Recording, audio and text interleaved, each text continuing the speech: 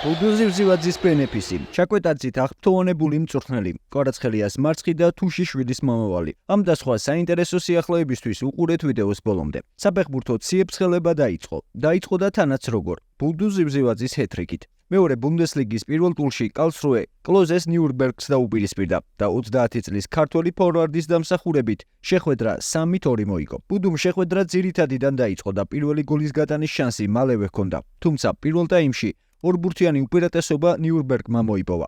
ქართველმა ერთი ბურთის გატანა პირველ ტაიმშივე შეძლო. შემდგომი ორი შესანიშნავი გოლი კი მეორე ტაიმში გაიტანა.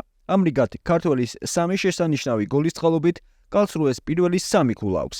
აღსანიშნავია ის, რომ ქართველმა თავდამსხმელმა მეორე ბუნდესლიგაში, სადაც მესამე სეზონს ატარებს, ერთ შეხვედრაში 3 გოლი პირველად გაიტანა. შეუჩერებელი ბუდუ, სწორედ ამ და მსგავსი სათაურებით გამოხატავდა აღფრთოვანებას გერმანული მედია. ქართველზე, რა თქმა უნდა, შეხვედრის შემდეგ ისაუბრა კალსრუეს მწვრთნელმა კრისტიან აიხნერმაც. მოკლე კომენტარი გააკეთა ქართველმა ფორვარდმაც. მათ მოსმენამდე არ დაგეზაროს, დაალაიქე ვიდეო და გამოიწერე არხი. 50,000 გამომწერამდე სულ ცოტა დარჩა.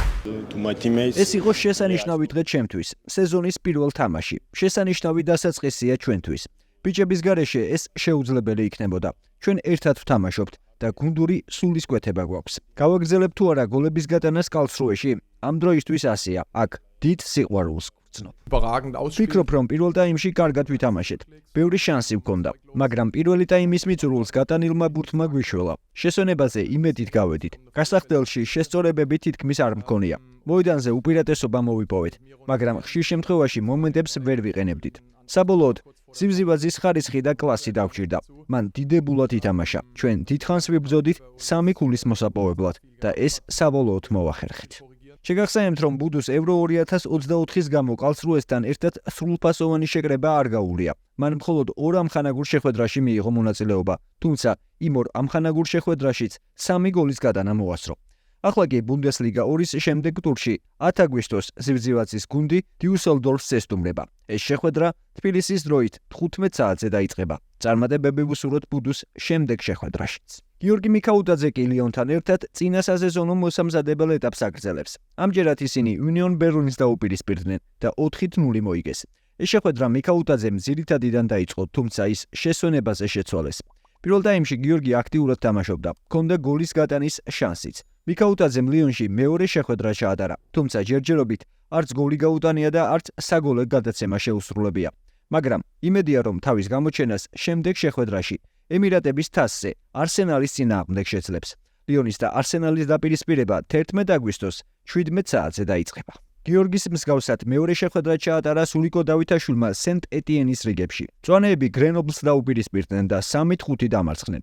სამწუხაროდ წინა შეხვედრისგან განსხვავებით ქართველს ამ შეხვედრაში გატანილ გოლებში მონაწილეობა არ მიუღია. თუმცა 23 წლის ქართველმა თამაში ძირითადიდან დაიწყო და 60 წუთის განმავლობაში ცდილობდა თამაშის გამწვავებას.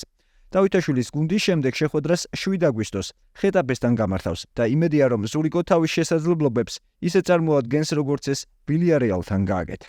გიორგი ჩაკვეტაძის უოტფორდმა კი ჩემპიონშიპის დაწყებამდე ბოლო ამხანაგური შეხვედრა ჩაატარა. უოტფორდის და ბრენტფორდის დაპირისპირება 1-1 დამთავრდა. როგორც კლუბის ოფიციალური ვებგვერდი წერს, ჩაკვემ პრემიერ ლიგის კლუბის წინააღმდეგ შთამბეჭდავად ითამაშა და ის გუნდის მთავარი პლუსია. აქვე ძალიან საინტერესო და კარგი კომენტარი გააკეთა ჩაკვეტაძის პროგრესზე უოტფორდის მთავარმა მწვრთნელმა ტომ კლევერზიმ. გასული სეზონის ბოლოს ის საზარდულის ტრავმამ შეაწუხა, მაგრამ კონტინენტის პირველობისთვის გამოჯამრთელება მაინც მოასწრო და იქ არაჩვეულებრივად ითამაშა. მახარებს, რომ გიორგი ზუსტად ისეთივე შემართებით ასპარეზობს, როგორც ნაკრებში და პოზიტიურად არის განწყობილი. უკანასკნელი 10 დღე მის ვარჯიშებს ვუყურებ და მინდა გითხრათ, რომ ასეთ კარგ ფორმაში მყოფი ჩაკვეტაძე არ მახსოვს. მას შეუძლია გახდეს ჩვენი ლიდერი და უმნიშვნელოვანესი ფიგურა. პოზიციას კარგად არჩევს, იყენებს სივრცეებს. ბურთთან მუშაობა კი არავისგან ესწავლება. ახლა ჩემი და სამწვრთნელო სტაფის მთავარი ამოცანაა მისი ეს ხარისხი გოლებსა და საგოლე პასებშიც აისახოს. რამ განაპირობა მისი პროგრესი. როდესაც ყველა შეტევა მისი გავლით ხორციელდება და თავს გუნდისთვის მნიშვნელოვან ნაწილად თვლის, მისი თამაშის ხარისხიც საგრძნობლად იზრდება. 3-4-2-1 სქემის გამოყენებისას 10-იანის პოზიციის მოთამაშეების ფორმაში ყოფნა უმნიშვნელოვანესია და ვფიქრობ, გიორგი ამ ფუნქციას არაჩვეულებრივად შეითავსებს. რა თქმა უნდა, ძალიან სასიამოვნოა ქართველის ასეთი დახასიათების მოსმენა. წარმატებები ვუსურვოთ გიორგის განსაკუთრებით 10 აგვისტოს ჩემპიონშიპის პირველ ტურში, სადაც მისი გუნდი მილუოლს ესტუმრება. საბა საზონოვიკი ტორინოსთან ერთად მზადებას განაგრძობს.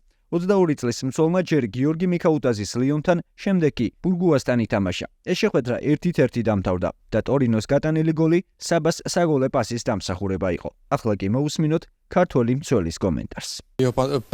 ფიქრობ ლიონთან კარგი თამაში გამოვიდა. მეორე ტაიმი კი პირველზე უკეთესი ჰქონდა. ფიქრობ გამარჯვებულის მენტალიტეტი გჭირდება. ამჟამად მომზადების ეტაპზე ვართ და ვნახოთ რა და როგორ იქნება ოფიციალურ შეხვედრებში. პაოლო ვანოლის ფეხბურთი განსხვავდება იმისგან, რასაც ივანი ურიჩი გვათამაშებდა. მცველები კვლავაც მობილიზებულები ვართ, მაგრამ ახალი მწვრთნელი ჩვენგან ბურთთან უფრო მეტ მუშაობას, სისწრაფეს და გუნდურ მოქმედებაში ჩართვას ითხოვს. როგორც აღვნიშნე, ჯერ მოსამზადებელ ეტაპზე ვართ. მისი ხელმძღვანელობით სულ 20 დღე ვმუშაობთ და ვეცნობით მოთხოვნებს. ფიზიკურად მეც და გუნდიც სრულ მზადყოფნაში ვართ და დღითი დღე ვუმატებთ. პირველი ოფიციალური შეხვედრა 11 აგვისტოს გვაქვს და ყველაფერი გამოჩნდება, თუმცა მე მზად ვარ. ბურგუასთან შეხვედრაში ახალწოლმა ადამსმა, რომელიც კარგი მოთამაშე ჩანს, გოლი ჩემი პასით გაიტანა და ეს კარგია ჩემთვისაც, მისთვისაც და მთლიანად გუნდისთვისაც. ადამს კი, რომელსაც დებიუტი ჰქონდა, მომავალში ყველაფერს საუკეთესოს ვუსურვებ. საზონოვის გუნდი პირველ ოფიციალურ შეხვედრას 11 აგვისტოს იტალიის თასზე გამართავს, სადაც კოზენცას დაუპირისპირდება. წარმატებები საბას და იმედია, რომ გასულ სეზონთან შედარებით უფრო მეტი სათამაშო დრო მიეცემა. ხვიჩა კვარაცხელიას ნაპოლი კი ლა ლიგის ჟირონასთან 0-2 დამარცხდა. ქართველმა შემტევმა ამჯერად გუნდის დახმარება ვერ შეძლო. მიუხედავად იმისა, რომ რამდენიმე სახიფათო მომენტი შექმნა. განსაკუთრებით სახიფათო იყო შეხვედრის მიწურულს, როდესაც გოლის გატანა შეეძლო, თუმცა მისი დარტყმული მეკარე მოიგერია. ამ შეხვედრით ნაპოლის მოსამზადებელი ეტაპი დამთავრდა. ანტონიო კონტეს გუნდი შემდეგ შეხვედრას 10 აგვისტოს კოპა იტალიაზე ჩაატარებს, სადაც მოდენას დაუპირისპირდება. წარმატებები ვუსურვოთ ხვიჩასაც და ჟირონას ფეხბურთელს ანტონ იაკობაშვილსაც, რომელმაც შეხვედრის შემდეგ კვარასთან ერთად გადაღებული ფოტო გაავრცელა. ახლა მოკლედ UFC და გურამ ქუთათელაძე, რომელმაც ამ ორგანიზაციაში მეორე გამარჯვება მოიპოვა. მსაჯების გადაწყვეტილებით ქართველმა UFC-ს დებიუტანტი ჯორდან ვუჩინიკი დაამარცხა. მიუხედავად იმისა, რომ ბრძოლის პირველი რაუნდი საკმაოდ დაძაბული გამოდგა, მომდევნო რაუნდებში გურამ ქუთათელაძემ უპირატესობა მოიპოვა და ქართველმა მებრძოლმა შეხვედრა გამარჯვებამდე მიიყვანა. შეგახსენებთ, რომ შორეულ ორთაბრძოლებში გურამ ქუთათელაძის ანგარიშზე საერთო ჯამში გამართულ 17 შეხვედრაში 13 მოგება და 4 მარცხია. ბოლოს კი გეტყვით, რომ საქართველოს ძიუდოისტთა ნაკრებმა პარიზის ოლიმპიადას 3 მედლით დაამთავრა. ჩემპიონობა იზეიმა ლაშა ბექაურმა, რომელიც პირველი ქართველი ძიუდოისტია, რომელმაც ოლიმპიური ოქრო ზედიზედ 2-ჯერ მოიგო. ტატო გრიგალაშვილი და ილია სულმანიძე კი ვერცხლის პრიზიორები გახდნენ.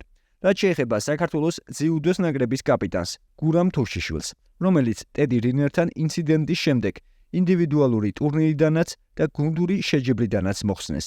ძიუდოს საერთაშორისო ფედერაციამ ოფიციალურად დაადასტურა, რომ ძიუდოს სულისთვის შეუფერებელი საქციელის გამო თუშიშვილს ნებისმიერ შეჯიბრზე გასვლა აეკრძალა, სანამ მისი სასჯელის შესახებ საბოლოო გადაწყვეტილება არ იქნება მიღებული. თუმცა, როდის გამოიტანს საერთაშორისო ფედერაცია გადაწყვეტილებას, ეს უცნობია. ახლა კი, თუ მოგეწონათ ვიდეო, ძალაიქეთ და გამოიწერეთ არხი, რომ არ გამოგხშეთ შემდგომი სიახლეები. და ეს არის კრისტალბეთ ეროვნული ლიგის თამაშებს და უგულშემატკივრე ქართულ ფეხბურთს.